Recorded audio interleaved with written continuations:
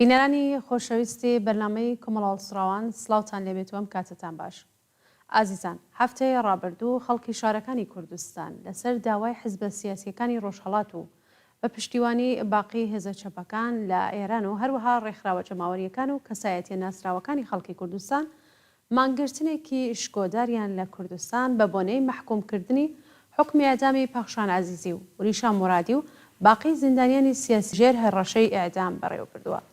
هۆکار و دەرس و ئەزمونەکانی ئەم مانگرتنە چی بوو و تا چەندە حرەکەتگەلێکی ئاوا دەتوانێت بۆ پێشخستنی خەباتی خەڵکی کوردستان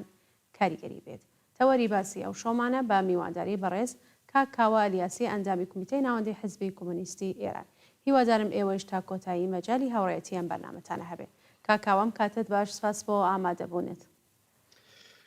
سڵاو هەوڕێ گوڵناز،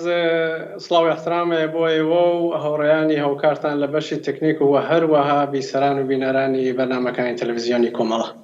زۆر سپاس بەخێراتم دەکەم دووبارە. کاکاوە تا چەندە ڕێخستنی وەها حرەکەتگەلێک دەتوانێت خەبات لە دژی حکمی نەعادڵانەی ئەدام پێش بخات؟ مەبەستم لە مانگرتنی گشتیە. بەڵێ بێشەک تەئسیراتی مثبەتی زۆریە بێ و کارسازە بۆ داهاتوو و تایسێش بووگە. ئەگەر تواشاکەین بۆ جوابدانەوەی بۆ سوالە ئەوە سەرێع تواشایەکی تاریخی عمری جمهوری ئیسلامیکەین. جمهوری ئیسلامی مترادفە لەگەڵ خشونەت، لەگەڵ سەرکوب بە خراوترین و تند و تیشترین شێوەی.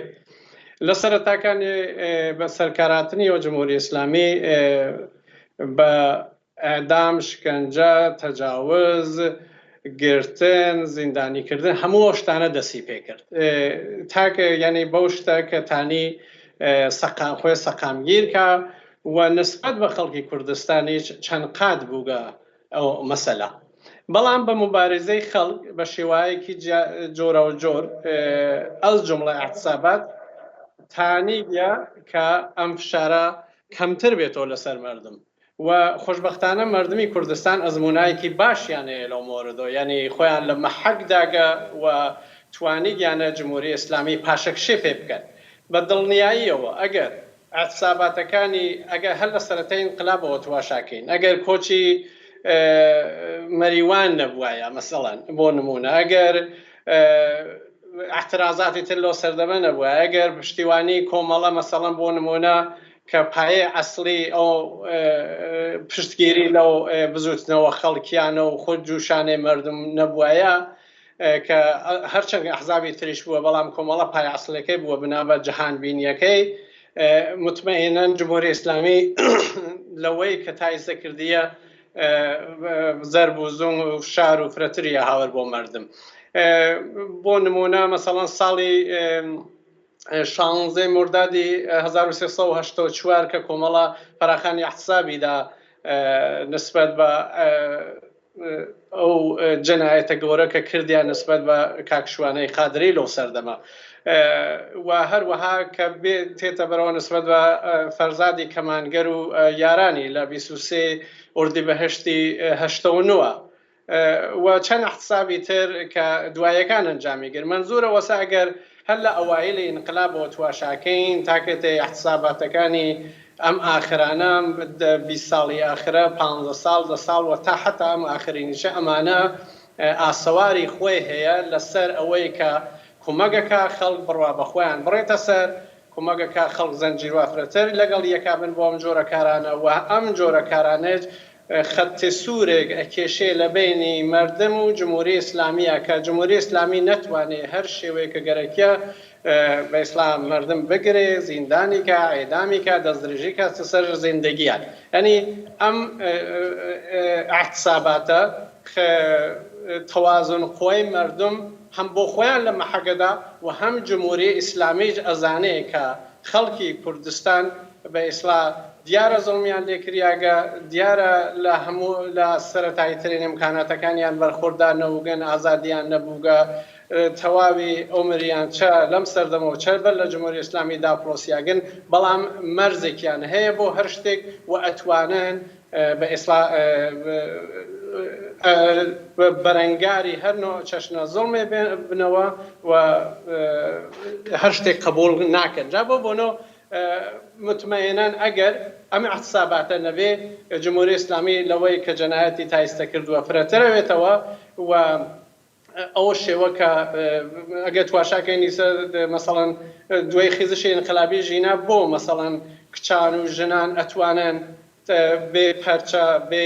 بە ئیسلا بە شێوەیەکی لیباسی دڵخایی تا ئەنازێک ناێژن بە تەومانە تێنە خیابانەکان تێنە کوچە و کۆڵانەکان. خۆ بە دەلایلی ئەو مبارزاتەیە ئەز جملە ئەم نوع احتساباتێش کە ئەسلحەیەکی بێدەنگە نسبەت بە جمهوری ئیسلامی و جمهوری ئیسلامی ئەترسێ لێ هەردەیەکە لە پای دەربێرێ لە تۆسعەی دانی ئەم نوع احتساباتە بۆنۆ بێسلا پاشەکشەیەکە نسبەت بە ڕێخاستی خۆی و بۆ شێوەکە ئیدۆلۆژیەکەی ژێ جەهانبینیەکەی ژێ ناتوانێت بەرەنگاری خەڵک بێتەوە. بەڵای کاک کاوە هەروەکو خۆشتان ئاماژەتان پێکرد سنەتی مانگرتنی گشتی لە کوردستان بە کۆمەڵەوە دەناسرێت. چەند نمونەیەکتان هاوردەوە و آخر نمونەیەکی هەر هەفتەی ڕابردوو ڕۆژی چوارشەممە سێ ڕێبەندان بوو. پێتان وایە بۆچی کۆمەڵە بەم شێوەیە لە کاتە سەخت و دژوارەکاندا وەڵام بە کردەوە دژە ئینسانیەکانی ڕژیمی کۆماری ئیسلامی دەداتەوە؟ سەرچاوی ئەم جۆرە هەڵوێستانە کە کۆمەڵایەگرێ جەهانبینیەکەی بەڕاستی کۆمەڵە باوەڕی بە بزوتنەوەیەکی اجتماعیە لە هەموو بوارێکە لەو سەتحی جامیعە توانێت بزوتنەوەی ژنان بێ، دانیشتجووی بێ، لاوان بێ، زیست محیتی بێ، واتە ژینگە پارێزی مەسەلەی ملی بێ، مەسەلەی کرێکاری بێ. خلاصە کۆمەڵە لە توولی عمریا سەی کردگە جەخت قاتە سەر ئەوانەی کە ئەوە خەڵکن ئەوە ئەو کەشرە جیاوازەکانی جامیعان کە ژێردەستن و شستەمیان لێ ئەچێ ئەتوانن بە نیروی خۆیان ڕزگارکەن و زەنجیروار پێکەوە وەسڵ بن بۆ ڕزگاری خۆیان. جا بۆنۆ وەختی کۆمەڵە واقفکەرەکاتەوە و هەمزەمانیش ڕاحلی هەیە، تاکتیکی هەیە، بە ئیسلا ڕۆژمەڕە کارەکان لەسەرەوەی کە چ شتێ باشترە بۆ ئەوەی کە بتوانێ مبارزاتی خەڵک بە سەمەر بگەێنێ یا دەستکەوتی باشترێ بێ لەوە زیاتر کە دەست درێژی نەکرێتە سەر ژیانیان و هەمزەمانیش خۆیان لە مەحەک بن توانیان و ڕێحەل بدۆزنەوە نیرویان یەکسەرەکەن بۆ ئەوەی کە بتوانن تەکلیفی جمهوری ئیسلامی یەک مشەخەسکەن و دوومن ئەو شتێش کە چونکە تەکلیفی جمهوری ئیسلامی مەسەلەیەکە و تەکلیف مشەخەسکردنی و ئەوەیش کە ئاوات و ئارەزوەکانی ئەوان بەدی بێ مەسەلەیەکی ترە کە ئەم دوانە ئەشێ موازی پێکەوە بڕنە بەرەوە وەگەنە لابردنی جمهوری ئیسلامی لە سەرکار خۆم ناکرێ ینی مردم بە تەواوی خواستەکانی خۆی نەگەی ڕەنگە بەدانێکی بگەویش لابردنی جمهوری ئیسلامیە بەڵام ئەتوانێت ڕژێمێکی تر بێتە سەرکار لە جمهوری ئیسلامی خرۆتر هەروواکە لە زمانی شا دوای ڕۆخانی ڕژێمی کۆماری ئیسلامی هاتە سەرکار و ئەوەی لێبینی کە فرەتر لە 45 ساڵە خەرێکی ئەو خەتڵ و عامەیە. جا بۆنۆ ئەوەی کە مهمە کە کۆمەڵە بۆ لەم سەردەمانە یا بۆ لەم موقعە بەرەنگاری ئەو شتاوێتەوە جەهانبینیەکەیە باوەڕ بە خەڵکە بۆ ڕزگارکردنی خۆیان و هەمزەمانێک بڕێ مەسایلێکی ترکە ئەوەیە کە جمهوری ئیسلامی لەم موقعەکە گوڵۆڵی لە نەک فقط خاوەرمیان لە تەواوی دنیاگەیش کەفکەسە لێژەی نیرونیابەتەکانی لە دەستدا نیروەکانی ڕۆژ بەڕۆ لە خاوەرمیانە ئەنێرنەوە بۆ نۆ ئێران لە سووریا ئەوە لە ئێران خەریکن وردە لە شوێنایەکی تر وەکو حوسیەکان خەریکەنەوانیش تەپرتونابن کە نیروی جمهوری ئیسلامین یا ئەو تەغزیەیانەکە و لە سەحی بینەملەلیشە بەڕاستی دارەی هیچ تەواو بێ جێومەکان بووە یعنی چهرەی خۆی لە دەستداوە قسەی قابل قبول نییە و زۆربەی وەختەکانیش بە شێوەیەکی فرەفرە دیپلۆماسیانە بەرخۆردی ناشرینی پێکرێ. جا وەختی جمهوری ئیسلامی هەلو موقعیەتە وە گەرەکیە زەربی خۆی لەسەر مردم تاقیکاتەوە فشار بێرێ بۆ خەڵکو و پێی وابێ کە هەر ئەو جمهوری ئیسلامیە کە چەند ساڵی ڕابردوو بوو و تەن نەدا بە بڕێ مەسایل خۆ تەشکیلا کۆمەڵێش لەم موقعە با وجودی دەرکردنی ئەو مەسەلە بۆ ئەوەی کە جمهوری ئیسلامی نەتوانێت لەوە زیاتر فشار بێرێ بۆ خەڵک یا فشارەکان لەسەر مردم چڕکاتەوە فراخانی شتایەکی وادا یا هاوکاری تێتە پای هاوکاری لەگەڵ ئەحزابە بۆ شتی گۆرەتر بۆ ئەوەی خەڵکی کوردستان لە بە ئیسلاح ئێدام و شکنجە و ئەو جۆرە شتانە بپارێزێ و لەوە زیاتر لە ژێر فشارانە بن. بەڵێ کاکاوە مانگرتنی گشتی کە خۆشتان ئاماژەتان پێ کرد دیارە لە ساڵی 1401 چادوای کوژرانی ژینا ئەمینی چەند جار مانگرتنی گشتی لەلایەن حزب و ڕێکخراوەکان و بەتایبەت کۆمەڵەوە بانگەوازکرا. مانگرتنی گشتی تا چەندە توانیویەتی جواوی ئەو خاستەی خەڵک بێت بۆ گرتنی هەڵوێستی گشتی خەڵکی شۆڕژگەڕی کوردستان؟ مانگرتنی گشتی هەروەها کە لە قسەکانم باسم کرد ئەسلحەیەکە کە بێدەنگە، یعنی ئەتوانێ جمهوری ئیسلامی بدونە ئەوەی کە ئاگای لە خۆی بێ یا بدونە ئەوەی کە خەڵک کارێکی گەورە ڕوبەڕوو بنەوە لەبارەی فیزیکیەوە مەسەڵەن بۆ نمونە وەکو ڕاپێمایی، وەکو هاتنە بازار، وەکو بەکاربردنی ئەسلحە ئەو جۆرە شتانە ئەتوانێ بدونە دەنگ جمهوری ئیسلامی لە پا دەربێرێ کەی وەختێکە ئەم احتساباتە پەرەی پێ بگرێ و احتسابات لە کوردستان و بگەیتە شارەکانی تر، بگەیتە عەرسەهایەکی تری مۆبارێزە، بگەیتە کارخانەجاتەکان، مەنابعی سەنعەتی، ئەو جۆرە شتانە، دانشگاکان، مەدرسەکان، ئیدارات، هەموو ئەوانە. بەڵام مانگرتنی گشتی تە جوابدانەوەی ئەوەی کە تا چه حەدی توانیویە جوابدانەوەی بێ بە نیازی خەڵک لەنەوە جامعە، ساڵیانی ساڵەکە ئەحزابی کە خەڵکی کوردستان خاستاری ئەوەن کە ئەحزابی کوردی بتوانن پێکەوە هاوکاریایەکیان بێ، هاوکاریایەکیان بێ لەسەر مەواردێکی مشەخەص و خۆشبەختانە هەرچەند کە لە ڕابردوویچە تا ئەنازێک ئەو مەسەلە پێشاتکە کە ئەحزابی کوردی پێکەوە هاوکاریان کردگە ئەحتسابی بۆ ئەحتساب بۆ بەیانیەی مشتەرەکەوە جۆرەشتانە. بەڵام لەم مەرحەلە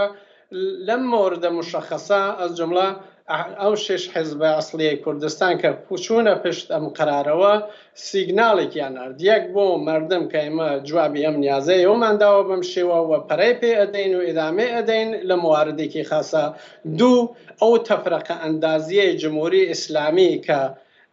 حزبەکان پێکەوە لەیانەتانی سەرڕێ ئیدۆلۆژی جیاواز، استراتژی جیاواز، سیاسەتی جیاواز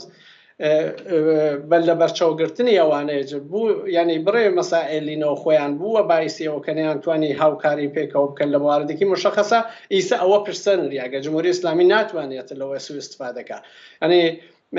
ئەوە بە نوعیتر پاشەکشێ بە جمهوری ئیسلامی لە مۆردێکی خاصەوە و هەم زمانیج مردم سیگناڵیان نێرێ بۆ مردم لەنەوە جامعەکە مردم گەرەکمان بێگەرەکمانەوەی جامعەی کوردستان باوجودی ئاگاهی کە سەطحی ئاگاهی سەری و تەحەزب یافتگی هەر بەشێک لەم جامعە تەرەفداری حزبێکە، لایەنگەری حزبێکە و غێرە مستەقیمیش بێ حتا سیاسەتی حزبێک بڕێەوە با یا لەنەو زیندگی شخصیە ڕەچاویەکە. ئەمانە پێکەوە ئەم جۆرە کارانە ئەتوانێ ئەمانە فرەتر پێکەوە نزیکاتەوە ئەم ئەخشاری مختلفینەوە جامعە، خەڵکی مختلفینەوە جامعە بۆ کاری باشترکردن و خودی ئاعتساب دانەی لەو شتانەسە کە مردم بدونە ئەوە بەهایەک بدەن ئەتوانن لە بۆعدێکی وەسیعە بە ئیسلا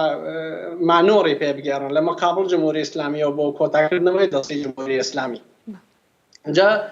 بۆ بۆنە جوابدەرەوە بووە بەو خاستانە و هەم زمانیش ئەم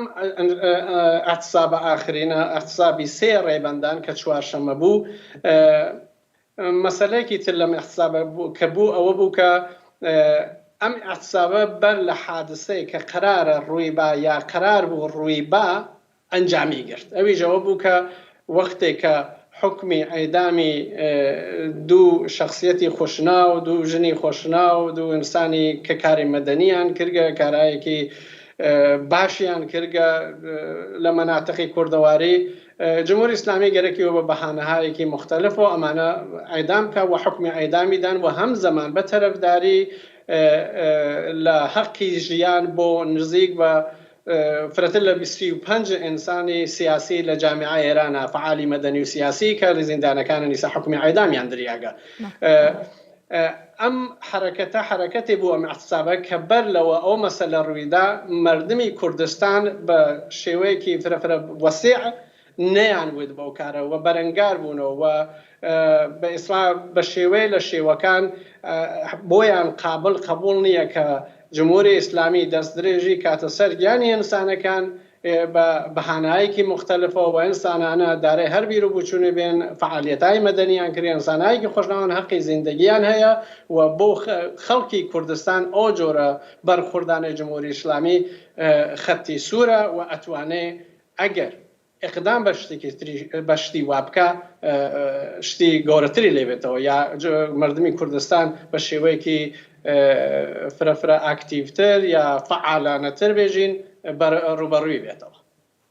بەڵێ کاکاوە هەر کاتێ خەڵکی کوردستان یان حیزبەکان داوای مانگرتنی گشتیان کرد لە ڕۆژهەڵاتی کوردستان کۆماری ئیسلامی هەوڵی داوە ئەم مانگرتنە گشتیە بەڕێوە نەچێ. ڕژیم بۆ بە کردەوەی ئاوان دەترسێ و لەم حرەکەتە جەماوەریانە دەترسێ. هۆکاری ئەم ترسە چییە بەڕایەوە؟ جمهوری ئیسلامی بنا بە ماهیەتێک کە هەسی دەنگی هیچ نەیارێ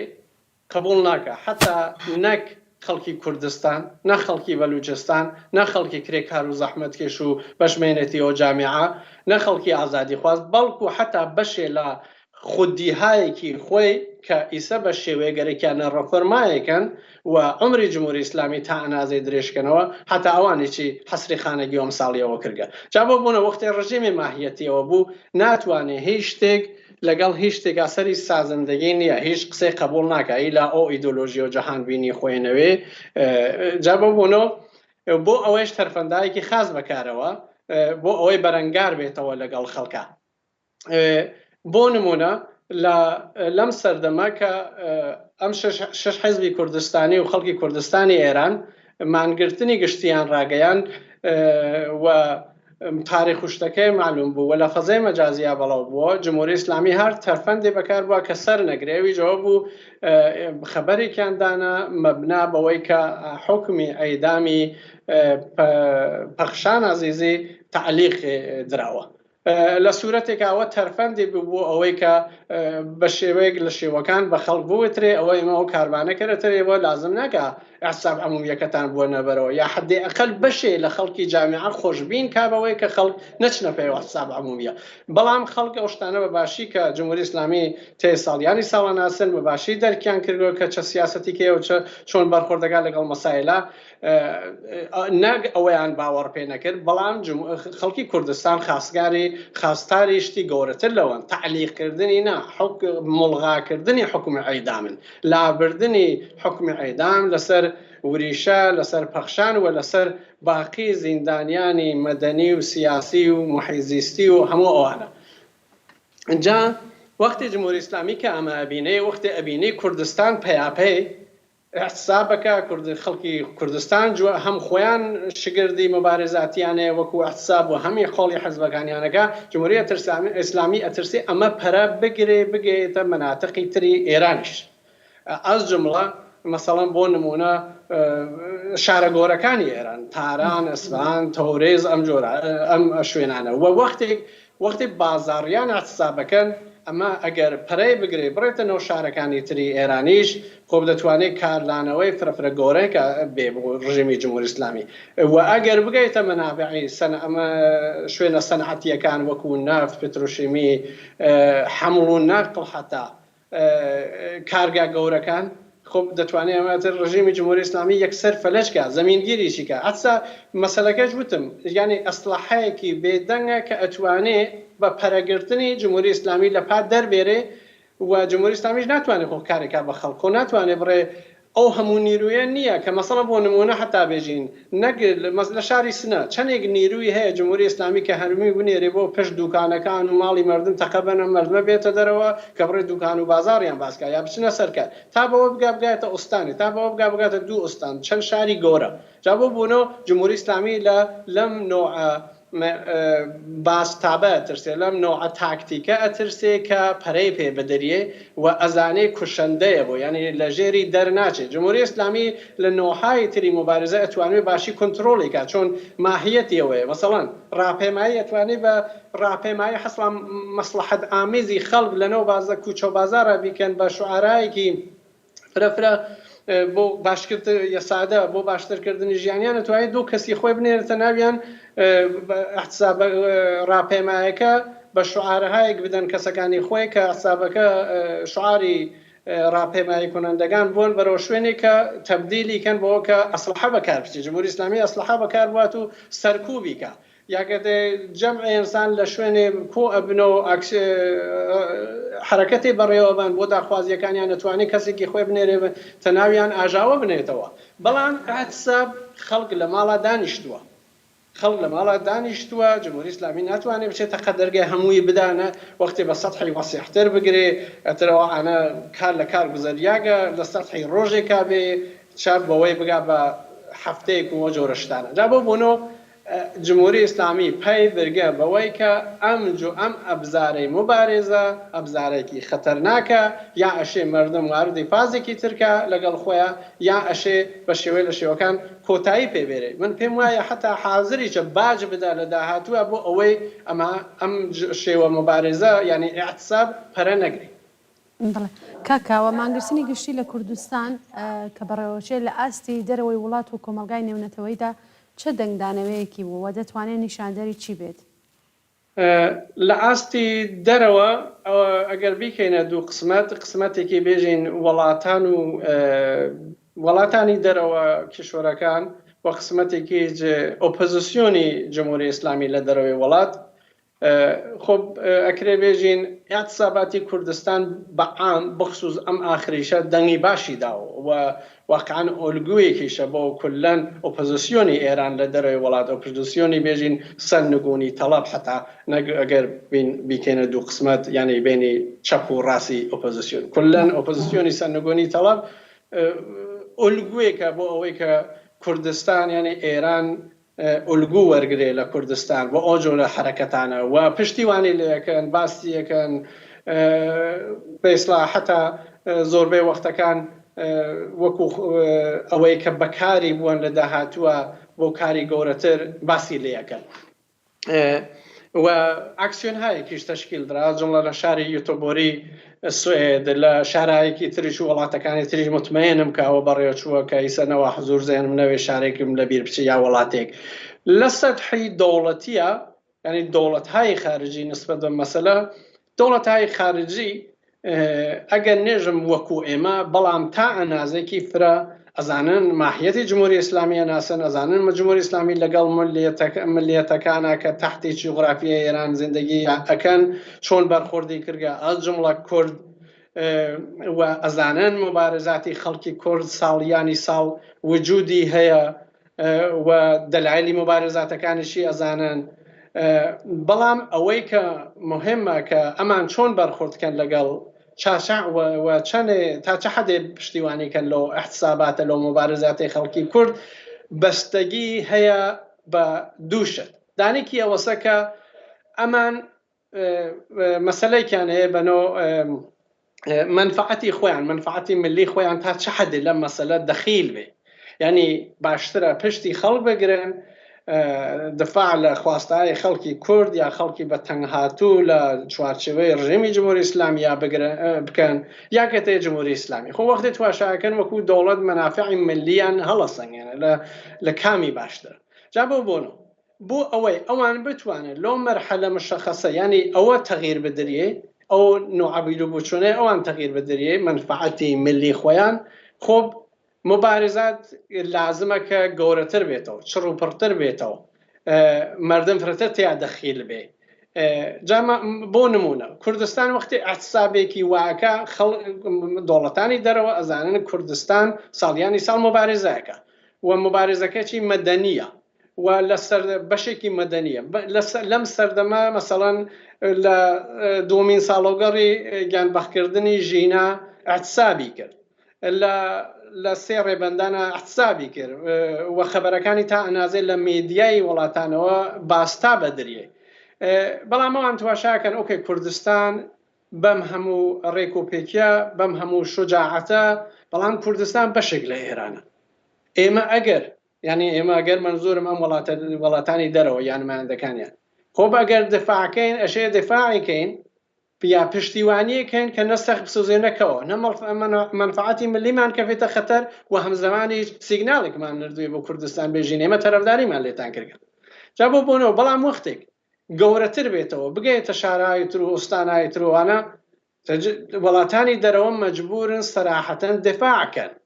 چۆن بنا بەشێکی بە خاتری منفعەتی ملیانە چۆن نەزانن ئەو ڕژیمە ترگەیگە ئاخر دێقایەکەکانی خۆی نەگە ئاخر مانگەکانی خۆی مجبورە دفاعێکی ڕسمیکەن بۆ ئەوەی کە ڕێی گشتی خەڵک وەرگرن و بزانن خەڵک پشتیوانیان بووە تا ئەنازەیەک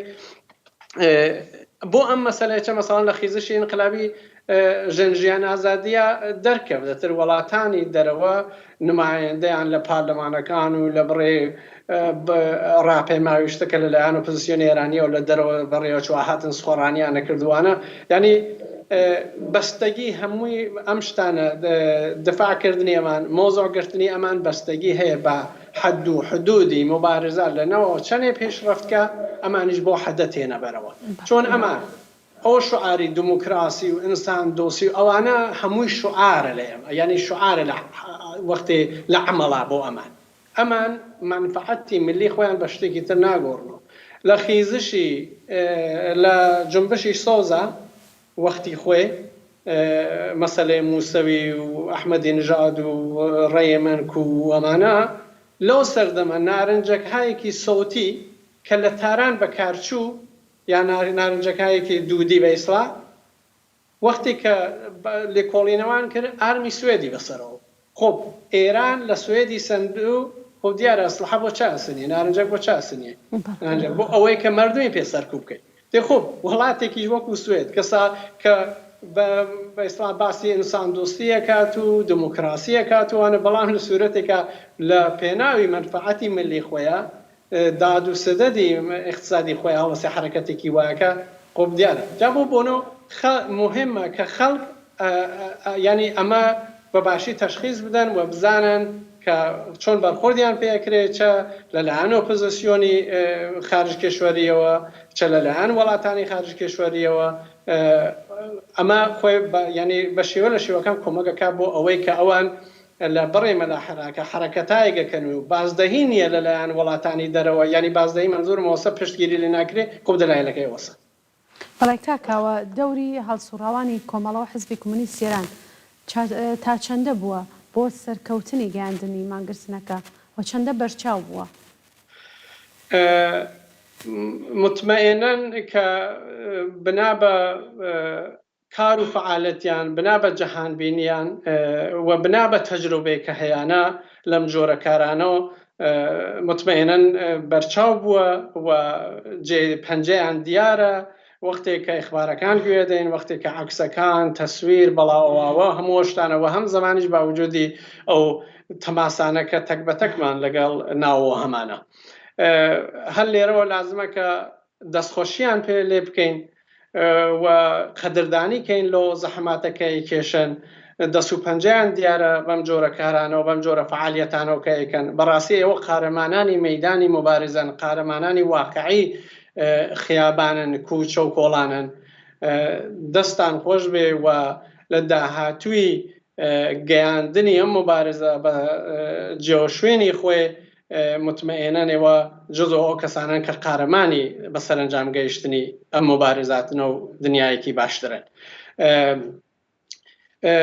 و بچمەوە سەر مەسەلەی سوالەکە دەوەیە کە ئەوان بە فەرهەنگی کە باراتون بۆ فعالینی کۆمەڵەوە حزبی کۆمۆنیست ئێران بە فەرهەنگێکی مبارزاتی کە بارەهاتوون هەر لە ئەوایلی انقلابەوە چە ئەو ڕەفیقانە کە قەدیمی کارن چە ئەو ڕەفیقانەش کە تازەکارن بنا بە فەرهەنگی کاری سیاسی ئێمە خۆب دیارە ئەوان هەموو ئەبزارەکە ئەناسنەوە شێوەکارەکە ئەناسنەوە شێوە بەرخوردەکە لەگەڵ مردمە ئەناسنەوە جا بۆ بۆنەوە کارایی ئەوان لە مەیدانی عەمەڵە مطمئینەن بەشێکی ئەتوانم بێژم نەک بەشێک بەڵام بەشێکی هەرە زۆری ئەوەیە کە ئەم احتساباتە بە سەرنجامەگەی بۆ سابتکردنی ئەم قسێچە ئێمە سەردەمێکە یادی بەخێر شوانەی سەید خادریان جمهوری ئیسلامی بە ناشرینترین شێوە لە 16 مردادی ساڵی 1384 کوشت کۆمەڵەکە ئەو ئانە مێدیاوەنە بەربەڵاونەوە و تەمازگرتنەوە نەسادەنەوە لەگەڵناوەوە وەختێک کۆمەڵە بە ئیسلام بە شێوەیەکی فرەسادە و ساکار ئەو ئەبزارەڵاتە کە لە دەستیا بوو بۆ دەنگی خۆی بگەینێتەوە نەوە جامیعە و بۆ لایەنگەرانی و تشکیلات مەخفیەکەی کە بە مەحزەوە گەیاندی تشکیلات مەخفی ئەم فعالینی ئەم تشکیلاتە لە ناوەوە یعنی ئەتوانی بێژی گەورەترین قارەمانیان کرد کارێکیان کرد کە ئەسڵەن تا ئەو دەیەکە دوای یعنی ئەتانم بێژم ساڵیانی ساڵ بە دوای سەرکارهاتنی جمهوری ئیسلامی شتی وان نەبوو فقط کۆمەڵەیەش بوو کە احتسابێکی وای ڕاگەیاندەوە فعالینی قارەمانی کۆمەڵە بوون لە شارەکانی کوردستانە کە جوونە پایکە گیانبازیان بۆ کردووە بە سەرنجامیان گەیاند ئەنی بۆ بۆنەوە جێپەنجەی ئەوان بەرخوردی ئەوان و فەرهەنگی کاری ئەوان کامڵەن دیارە و خۆشفکریان نسبەت بە کارکردن لەگەڵ فعالهایەکی تری ئەحزاب بگرە نازانم ئنجیۆکان بگرە عەرسەکانی تری مبارزە لەناوە بگرە باوجودیەوە جەهان بینیان فەرقەکە بەڵام بنیامایەکی خۆشفکرن و نایەڵەن بڕێ مەسائل بێتە باعیسەوەی کە نەتوانن هاوکاریکەن لە شتایەکی تایبەتە وەکو حکمی ئەعدام لەگەڵ فعالینی ترانەوە جامیعە. بەڵای کاکاوە من پرسیارەکانم کۆتایی پێهاتوە گەر پێتان وایە پرسیارێک کەسکە من لە ئێوەم نەپرسۆ یەمێوە خۆتان ئاماژەتان بە خاڵێکی گرنگ نەکردووە فەرموو. نا ئەوەی کە لازم بوو بەڕاستی باس کریا دەستەکانتان خۆش بێ و مەمنون بۆ زەحەماتتان. زۆر سپاس جارێکی تر سپاس بۆیەوە هاوڕێی کاوە یاسی ئەندامی کمیتە ناوەندی حزبی کۆمۆنیستی ئێران کە لەم بەرنامەیە بەشدار بوون. سپاس. سپاس هێواک. سپاس. بەڵێ بینەرانی خۆشەویست سپاس بۆ ئێوەش تا کۆتایی بینەروی سەر ئەم بەرنامەیە بوون هەر بژین بە شادی ماڵاوە.